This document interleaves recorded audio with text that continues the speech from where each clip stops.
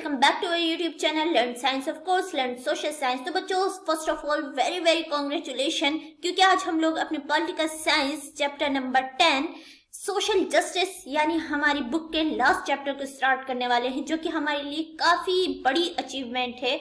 और बच्चों, ये तो हमने अपनी तरफ से कंप्लीट किया, लर्न साइंस की मैम ने अपनी तरफ से, लर्न साइंस ने पूरे एफर्ट्स के साथ एक एक टॉपिक को आपको समझाया है डिटेलिंग में, without skip any line any word. आपको जो है पूरा जो है 100% देने की कोशिश की है। तो बच्चों, ये तो हमारी तरफ से 100% हुआ, बट हमें असली खुशी, सबसे ज्यादा खुशी उस वक्त हासिल होगी जब आप लोग हमें कमेंट बॉक्स में कमेंट करके बताएंगे कि आप लोगों ने भी लर्न साइंस के साथ साथ अपनी तरफ से एक एक टॉपिक को, एक एक चैप्टर को जो है काफी अच्छे से पढ़ा है, काफी अच्छे से समझा है, जिसकी वजह से आपको कोई डाउट नहीं है। अगर बच्चों आप लोगों को कोई डाउट है तो आप लोग कमेंट बॉक्स में लिख सकते हैं। आप लोगों ने पिछले 9 चैप्टर्स नहीं देखे हैं तो आप लोग उनको देख लीजिए। जिस तरह ये वाले चैप्टर आप लोगों के लिए काफी इजी होने वाला है, उसी तरह वो वाले चैप्टर हम लोगों ने काफी इजी करके एक एक पॉइंट को पकड़ के हम लोगों ने उसको समझा है, जिससे वो हमारे दिमाग में बैठ गए हैं। और न सिर्फ हमें क्लास 8 के एग्जामिनेशन में,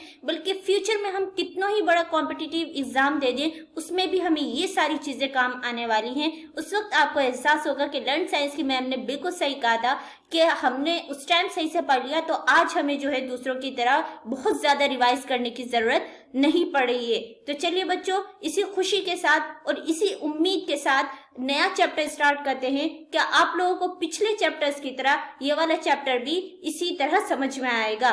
तो चलिए स्टार्ट करते हैं आज का टॉपिक।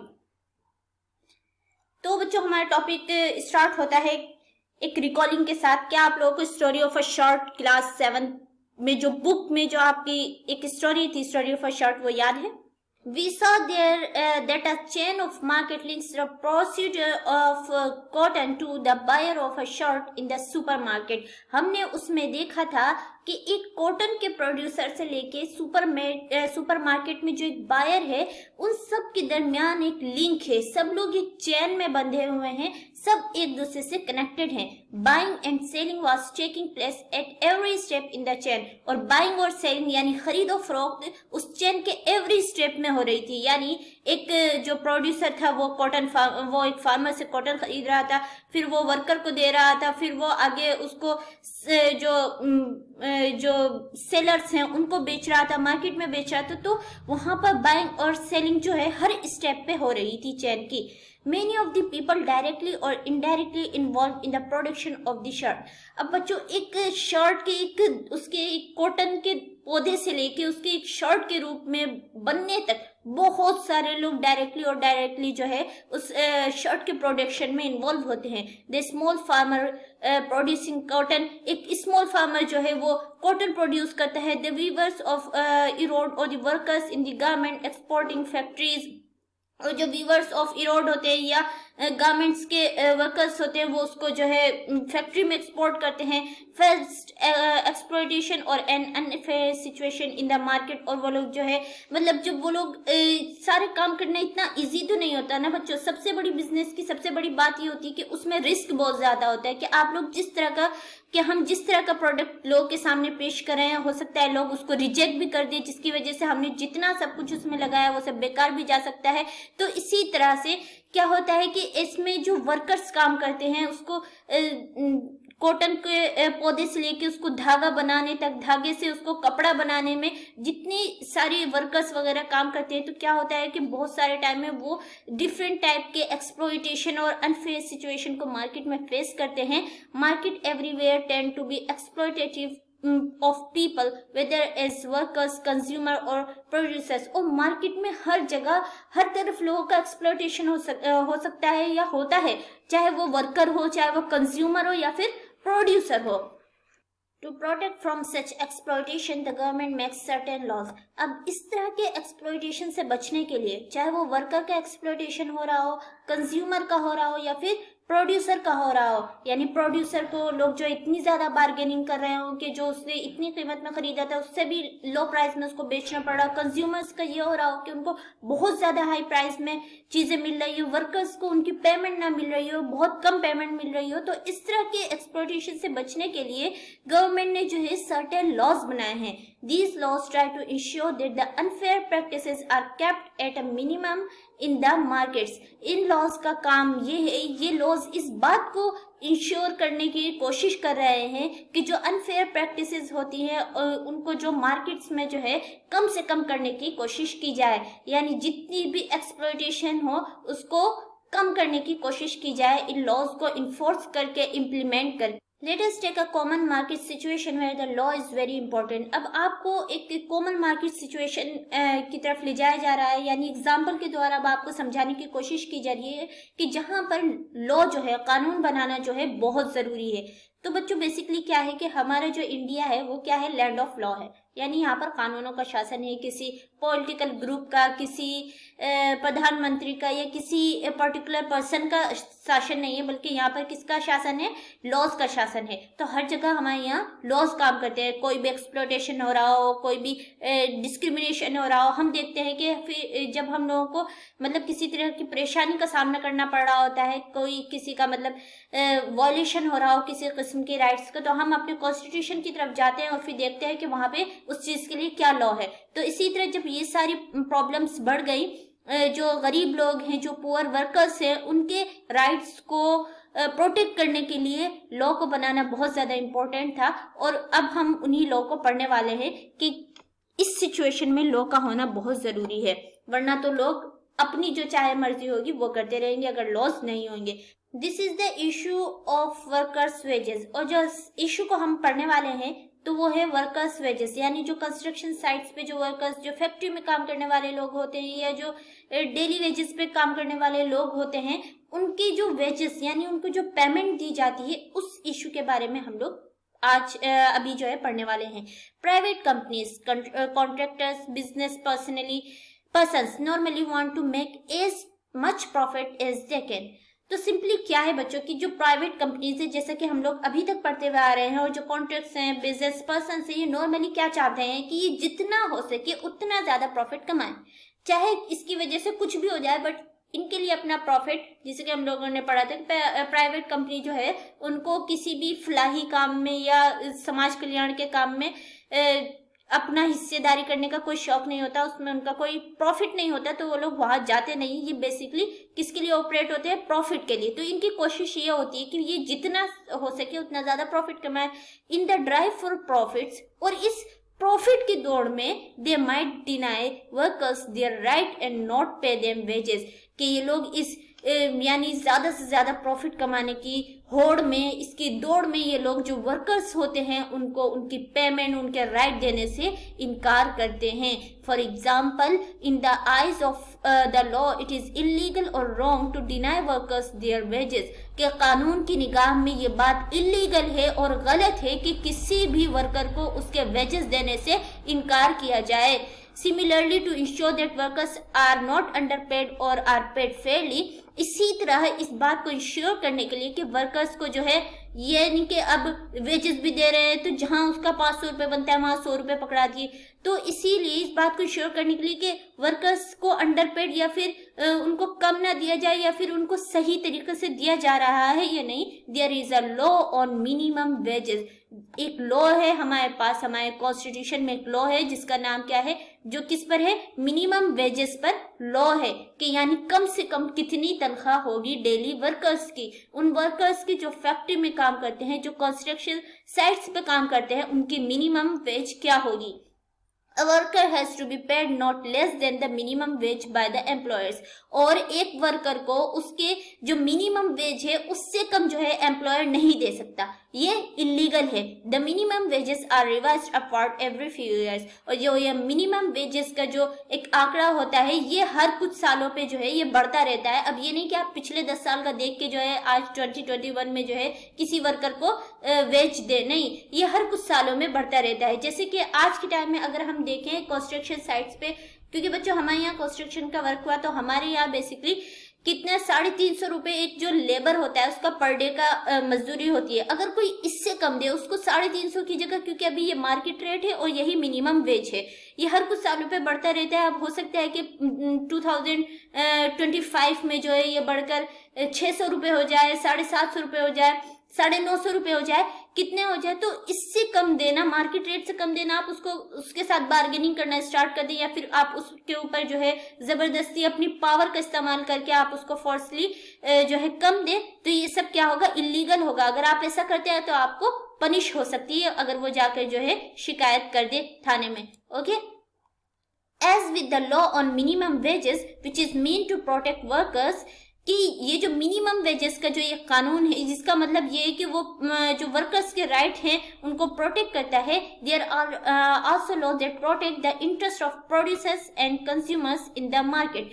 तो ऐसे ही कुछ लॉज और भी हैं जो कि प्रोड्यूसर्स और कंज्यूमर्स के इंटरेस्ट को मार्केट में प्रोटेक्ट करते हैं। अब यानी कि जो प्रोड्यूसर है, अब ऐसा नहीं है कि बच्चों उसका कोई एक्सप्लॉयटेशन होता है, नहीं। प्रोड्यूसर्स का क्या होता है, जो उनके प्रोडक्ट हैं उनको उतनी मतलब पेमेंट नहीं दी जाती है कि जितने उनको बनाने में खर्चा आ रहा है। और जो कंज्यूमर से क्या होता है कि बाज़ औक़ात उनसे इतने ज्यादा प्राइस हाई करके छोटी छोटी चीजों के लिए लिया जाता है। तो इन सारी चीजों पे भी क्या है कि हमारे कॉन्स्टिट्यूशन में कानून मौजूद है, जिसको हम आगे की क्लास में पढ़ेंगे, या फिर आप लोगों ने पिछले क्लासेस में थोड़े से जरूर पढ़े होंगे इसके बारे में।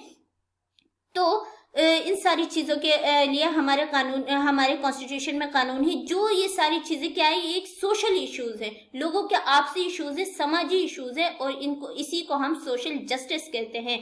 This help ensure the relation between these three parties, the worker, consumer and producer, are govern in a manner that is not exploitative. जिसकी वजह से ये इंश्योर करने में, ये लॉज इस बात को इंश्योर करने में हेल्प करते हैं कि ये जो रिलेशन है थ्री पार्टीज का, वर्कर, कंज्यूमर और प्रोड्यूसर के बीच का, ये एक मैनर में, एक ऐसे मैनर में चले जिसमें किसी का एक्सप्लॉयटेशन ना हो। इन लॉज को फॉलो करते हुए ही तभी हम एक ऐसा मैनर ले सकते हैं, या फिर इस ऐसे मैनर में काम कर सकते हैं जहां पे ना वर्कर का एक्सप्लॉयटेशन हो रहा हो, ना कंज्यूमर का, और ना ही प्रोड्यूसर का। तो इन तमाम सोशल इश्यूज पर लॉज बनाए गए हैं, और इन्हीं को सोशल जस्टिस भी कहा जाता है, यानी सबके साथ इंसाफ हो। But merely making laws is not enough, लेकिन सिर्फ कानून बना देना काफी नहीं है। जैसे कि बच्चों हम लोग अभी तक पढ़ते हुए आ रहे हैं कि कागज पर लिख देने से कानून नहीं बनते, यानी इस बात को अगर लिख दिया कि ये कानून है तो वो कानून बन नहीं जाएगा, कोई इसको फॉलो ही नहीं करेगा। The government has to ensure that these laws are implemented. Government की जिम्मेदारी है कि वो इस बात को इंश्योर करे कि वो इन लॉज का क्या करेगी, इम्प्लीमेंटेशन करवाएगी। This mean that the law must be enforced. इसका मतलब ये हुआ कि ये लॉज जो है लोगों को मानना जरूरी होंगे। Enforcement become even more important when the law seeks to protect the weak from the strong. और इन्फॉर्मेंस यानी लोगों को कानून बनवाना उस वक्त तो और ज्यादा बहुत जरूरी हो जाता है जबकि कानून ऐसा हो जो कि स्ट्रॉन्ग को वीक से जो कि वीक को स्ट्रॉन्ग से प्रोटेक्ट कर रहा हो, मेजोरिटी को माइनॉरिटी से प्रोटेक्ट कर रहा हो। अगर लॉ ऐसा हो तो उस टाइम उसके इन्फॉर्मेंस की तो और ज्यादा जरूरत होती है। जैसे कि बच्चों हम लोग ने पिछले चैप्टर में पढ़ा था कि जिसमें एक दलित मेंबर ने अनटचेबिलिटी की प्रैक्टिस को मानने से इनकार कर दिया था, और जो उनकी एक रिचुअल प्रैक्टिस थी उसको मानने से इनकार किया था, जिसके बदले में क्या किया था, मेजोरिटी ने उसके घर को आग लगा दी थी और उनको अपना शहर छोड़कर बाहर जाना पड़ा था, लोग उनका बाइकआउट कर दिया था। तो ऐसे टाइम पे ऐसे लॉज को इन्फोर्स करना और इनका ध्यान रखना बहुत ज्यादा जरूरी होता है। For instance, to ensure that every worker gets fair wages, the government has to regularly inspect work sites and punish those who violate the law. और इस बात को यकीनी बनाने के लिए या इस बात को इंश्योर करने के लिए कि हर वर्कर को जो है उसके फेयर वेजेस उसको दिए जा रहे हैं, जितना उसका हक बनता है वो दिए जा रहे हैं। गवर्नमेंट को चाहिए कि वो रेगुलरली जो कंस्ट्रक्शन साइट्स है वहां का दौरा करे, वहां पर जाए, वहां का निरीक्षण करे और उन लोगों को पनिश करे जो इन कानून का वायलेशन कर रहे हैं। तभी जो है लोग इसको मानेंगे और उन लोगों को इस बात का डर होगा कि अगर हम इसका वायलेशन करते हैं तो हमें पनिशमेंट होगी। व्हेन वर्कर्स आर पुअर और powerless, the fear of losing future earning और facing reprisals often forces them to accept low wages। जब वर्कर्स जो है, अब आपको यहाँ सिचुएशन बताई जा रही है कि वर्कर्स कैसे लो वेजेस पे काम करने के लिए मजबूर होते हैं कि जब वो गरीब होते हैं और पावरलेस होते हैं, और वो लोग, उन लोगों को इस बात का डर होता है कि अगर हम लोगों ने किसी किस्म की आनाकानी की है, जो ये पैसे हमें दे रहे हैं, कम भी दे रहे हैं, अगर हमने उसको लेने से मना किया या किसी तरह की आवाज़ उठाई तो ये जो हमें फ्यूचर में कभी काम ही नहीं मिलेगा। तो इस तरह की परेशानियों को देखते हुए और जो है वो क्या करते हैं, मजबूर होकर लो वेजेस को भी एक्सेप्ट कर लेते हैं। Employers know this well and use their power to pay workers less than the fair wages. तो एम्प्लॉयर्स इस बात को बखूबी जानते हैं, वो इस बात से, उनकी मजबूरी से वाकिफ होते हैं, तो क्या करते हैं, वो उनकी मजबूरी का फायदा उठाते हुए और अपनी पावर को यूज में लाते हुए उन वर्कर्स से जो उनके फेयर वेजेस है, यानी जितना उनका राइट है उससे कम पे काम करने पे उनको मजबूर कर देते हैं। In such cases it is crucial that laws are enforced. और इस तरह के केसेस में ये चीज़ और ज़्यादा ज़रूरी हो जाती है कि लॉज को, कानून को मनवाया जाए और कानून को लागू किया जाए। Through making, enforcing and upholding this law, the government can control the activities of individuals or private companies so as to ensure social justice। इन कानूनों को बनाकर, इनका इन्फॉर्मेंस करा के, इन कानूनों को लागू करवा के गवर्नमेंट कंट्रोल कर सकती है किसी भी इंडिविजुअल की एक्टिविटी को या फिर प्राइवेट कंपनी को, ताकि वो सोशल जस्टिस को इंश्योर कर सके। यानी समाज में जितने लोग हैं, जितनी तरह के लोग हैं, वो जितने तरह के काम करते हैं, सभी लोगों को इंसाफ मिल सके। इन कानूनों को बना के जो है गवर्नमेंट इन सबको और इनको इन्फोर्स करा के और इस बात को इंश्योर करके लोग इनको मानेंगे, गवर्नमेंट जो है सोशल जस्टिस को इंश्योर कर सकती है। Many of this law have their basis in the fundamental rights guarantees by the Indian constitution. और जो इनमें से बहुत से लॉज हैं वो फंडामेंटल राइट जो कि हमारे इंडियन कॉन्स्टिट्यूशन ने हमें दिए हैं उसके बेस पर बने हुए हैं। For instance, the right against exploitation says that no one can be forced to work for the low wages or under bondage। और जो राइट है, द राइट अगेंस्ट एक्सप्लॉयटेशन, वो इस बात को कहता है कि कोई भी किसी से ज़बरदस्ती लो वेजेस पर, यानी जो मिनिमम वेज है जिसको कानून ने बता दिया है, जो हमारी गवर्नमेंट ने फिक्स कर दी है मिनिमम वेज, उससे कम पे काम करने पर फोर्स नहीं कर सकता, और अंडर बॉन्डेज यानी और न ही बंधुआ मजदूरी करने के लिए फोर्स कर सकता है। तो बंधुआ मजदूरी बच्चों आप लोग जानते ही होंगे, वैसी मजदूरी को कहते हैं जिसमें ना तो वर्क आवर्स फिक्स होते हैं और ना ही क्या काम करना है वो फिक्स होता है, बल्कि पूरे दिन जानवरों की तरह काम करवाते रहते हैं और बदले में उन लोगों को क्या थोड़ा सा खाना या फिर साल में थोड़े से एक दो जोड़ी उनको कपड़े दिलवा देते हैं। तो इसको बंधुआ मजदूरी बोलते हैं, जो कि अब क्या है, बंधुआ मजदूरी एक इलीगल काम है, एक गैर कानूनी काम है।